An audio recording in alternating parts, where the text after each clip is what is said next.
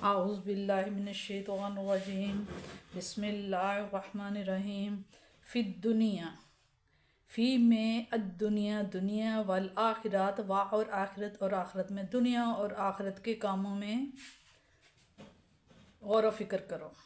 وَيَسْأَلُونَكَ اور وہ سوال کرتے ہیں پوچھتے ہیں عن الیتامیٰ یتیموں کے بارے میں۔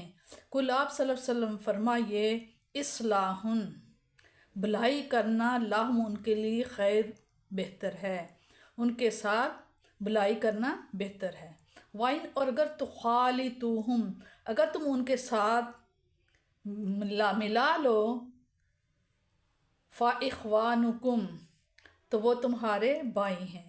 واللہ اور اللہ تعالیٰ یعلم جانتا ہے مفسدہ بگاڑنے والے کو، مفسدی کو، فسادی کو، من المصلحہ سنوارنے والے سے، اور اللہ تعالیٰ خوب جانتا ہے کون بگاڑنے والا ہے کام کو اور کون اصلاح کرنے والا ہے دوسروں کی۔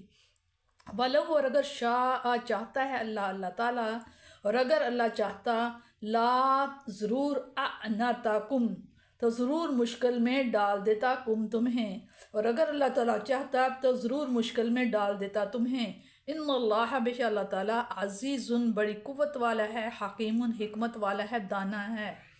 والا اور نہ تنکحو اور نہ نکاح کرو مشرکاتی مشرک عورتوں کے ساتھ، حتیٰ یہاں تک کہ یؤمن کہ تم مومن ہو، تم ایمان یہاں تک کہ وہ ایمان لے آئیں، تم بھی مومن ہو اور وہ بھی مومن ہو جائے۔ والا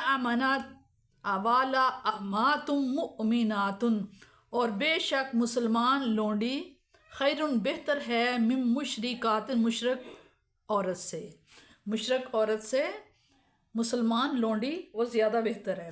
ولو اور اگر اعجبتکم اگرچہ وہ بہت پسند آئے تمہیں، ولا اور نہ تنکحوا اور نہ نکاح کر دیا کرو مشرکوں کے ساتھ، حتیٰ یہاں تک کہ یؤمنوا یہاں تک کہ وہ ایمان لے آئیں۔ والا عبد مؤمن اور بے شک مومن خیر غلام جو ہے بہتر ہے من مشرکن مشرک سے، اور بے شک مومن جو غلام ہے وہ بہتر ہے مشرک مرد سے۔ والو اور اگر اعجبکم اگرچہ وہ تمہیں پسند آ جائے، یہاں تک کہ وہ ایمان لائیں، اور بے شک مومن جو غلام ہے وہ بہتر ہے آزاد مشرک سے۔ والو اور اگر اعجبکم اگر وہ تمہیں اچھا بھی لگے، پسند بھی ہو۔ اولئک یہ وہ لوگ ہیں یدعون جو بلاتے ہیں الی طرف نار آگ کی طرف، یہ وہ لوگ ہیں جو بلاتے ہیں آگ کی طرف، دوزخ کی طرف۔ واللہ اللہ تعالیٰ یدعو بلاتا ہے الی طرف جنت کی طرف، اور اللہ تعالیٰ بلاتا ہے تمہیں جنت کی طرف، والمغفرات اور مغفرت کی طرف، بِإِذْنِهِ اپنی توفیق سے، اپنے اذن سے، وَيُبَيِّنُ اور کھل کر بیان کرتا ہے آیاتہ اپنے نشانیاں، للناس لیے ناس لوگوں کے لیے، لعل شاید ہم وہ یتذکرون نصیحت حاصل کریں، غور و فکر کریں اس چیز پر جس چیز کا اللہ تعالیٰ نے حکم دیا ہے۔ یعنی دنیا و آخرت دونوں کو بہتر بنانے کے لیے غور و فکر کرو، یہ ہے مومن کامل کا طریقہ کار۔ بعض لوگ تو یتیموں کے امور کو خرد برد کرنے کے لیے ان کے ساتھ شراکت کرتے ہیں، لیکن کئی ایسے بھی تھے جو از راہ ہمدردی ان کو اپنے کاروبار میں شریک کر لیتے اور دیانتداری سے ان کے حصے کا نفع ان کو ادا کرتے، اور ان کی سہولت کے پیش نظر ان کے کھانے پینے کا انتظام اپنے ساتھ کر لیتے۔ جب قرآن حکیم نے یتیموں کے اموال میں بد دیانتی کرنے سے سختی سے روکا، بلکہ ان کے مال کے نزدیک تک جانے سے منع کر دیا، تو اس سے ان لوگوں کو بھی بڑی پریشانی ہوئی جو یتیموں کی بہتری اور فائدہ کے لیے ان کو اپنے ساتھ شریک کیے ہوئے تھے۔ اس لیے فرمایا کہ اگر تم یتیموں کا روپیہ کاروبار میں لگاؤ تاکہ اس سے انہیں نفع پہنچے تو یہ اچھی بات ہے، منع تو اس امر سے کیا گیا ہے کہ تم ان کے مال ہضم کر جاؤ۔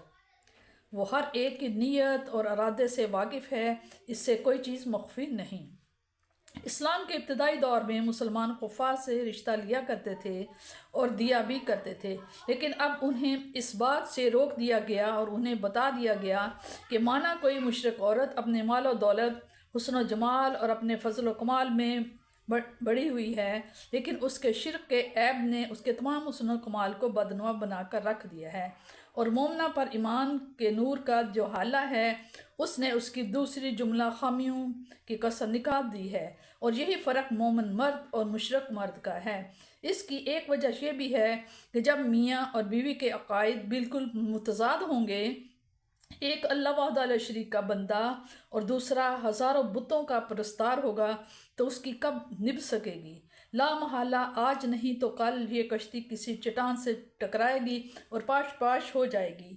نیز وہ دو قومیں جو ایک دوسرے سے برسر پیکار ہیں، ان کے افراد کو ایک دوسرے پر اعتماد کب ہوگا؟ اور وہ شادی جہاں باہمی اعتماد نہ ہو، جذبات اور امنگیں ایک دوسرے سے بالکل متضاد ہوں، وہ زیادہ دیر پا نہیں ہو سکتی۔ اس لیے تم جذبات کی روح میں نہ بہہ جاؤ اور اپنے مستقبل کو برباد نہ کرو۔ اہل کتاب کی عورتوں کے ساتھ شادی کرنے کا حکم اپنے موقع پر آئے گا۔ سابقہ حکم کی حکمت بیان کی جا رہی ہے، یعنی اگر مشرک عورت سے شادی رچائی تو وہ اپنی پوری کوشش کرے گا کہ وہ تمہیں اسلام سے روگرداں کر دے، اور عورت کے دام فریب نے تو بڑے بڑے سورماؤں کو بڑھتے دیکھا ہے، اور اگر تم نے اپنی بیٹی کسی مشرک سے بیاہ دی تو ممکن ہے اس کی ہیبت کا کوئی جھونکا تمہاری بیٹی کے ایمان کی شمع بجھا دے۔ خود سوچو یہ کتنا ناقابل برداشت خسارہ ہے۔